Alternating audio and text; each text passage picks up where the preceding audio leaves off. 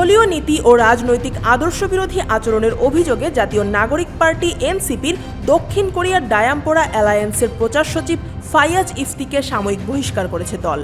সোমবার মধ্যরাতে দপ্তর সেল সদস্য সাদিয়া ফারজানা দিনা স্বাক্ষরিত নোটিশে জানানো হয়, সামাজিক যোগাযোগ মাধ্যমে সংগঠনের আদর্শ বিরোধী অবস্থান নেওয়ায় তাকে দলের সব দায়িত্ব থেকে অব্যাহতি দেওয়া হলো। কেন স্থায়ী বহিষ্কার করা হবে না তার ব্যাখ্যা 2 কার্যদিবসের মধ্যে শৃঙ্খলা কমিটির প্রধানের কাছে জমা দিতে বলা হয়েছে।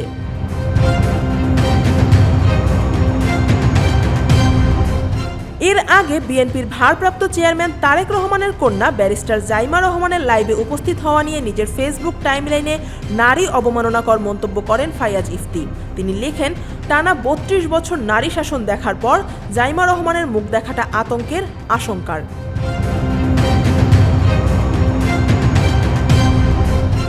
সচেতন তরুণ সমাজ তার এই মন্তব্যকে নারীর প্রতি চরম অবমাননা হিসেবে দেখছে।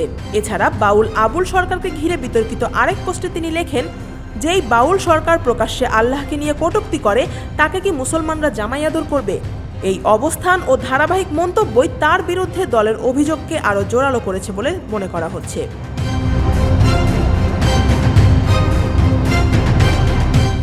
রাতে বহিষ্কারের নোটিশ পাওয়ার পরপরই ফেসবুকে তীব্র প্রতিক্রিয়া জানান ফাইয়াজ ইফতি। তিনি লেখেন, যাদের কাছে আল্লাহ তাআলার সম্মানের চেয়ে বাউলের সম্মান বেশি, এমন খোদাদ্রোহীদের বয়কট করুন। ইফতির দাবি, তিনি কি পোস্ট দেবেন না দেবেন তা তার ব্যক্তিগত বিষয়। ভালো কাজ করলে তিনি সব দলকেই প্রশংসা করেন, খারাপ কাজ হলে সমালোচনা। তাই তাকে জামায়াত বা অন্য কোনো দলের ট্যাগ দেওয়া অর্থহীন। তার সবচেয়ে গুরুতর অভিযোগ দলের বিরুদ্ধেই। ইফতির ভাষায় এনসিপি আল্লাহকে নিয়ে কটূক্তি করা ব্যক্তির পক্ষে বিবৃতি দিয়েছে। এই কথার প্রতিবাদ করাতেই তাকে বহিষ্কার করা হয়েছে, এটাই তার দাবি।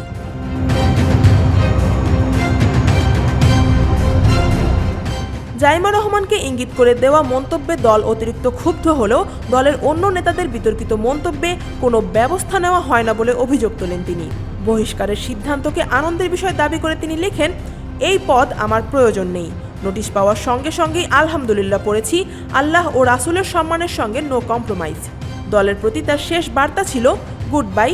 যারা আল্লাহকে নিয়ে কটূক্তিকারীদের পক্ষ নেয় তাদের সঙ্গে আমি নেই। আফিয়া আক্তার, ঢাকা ওয়াচ।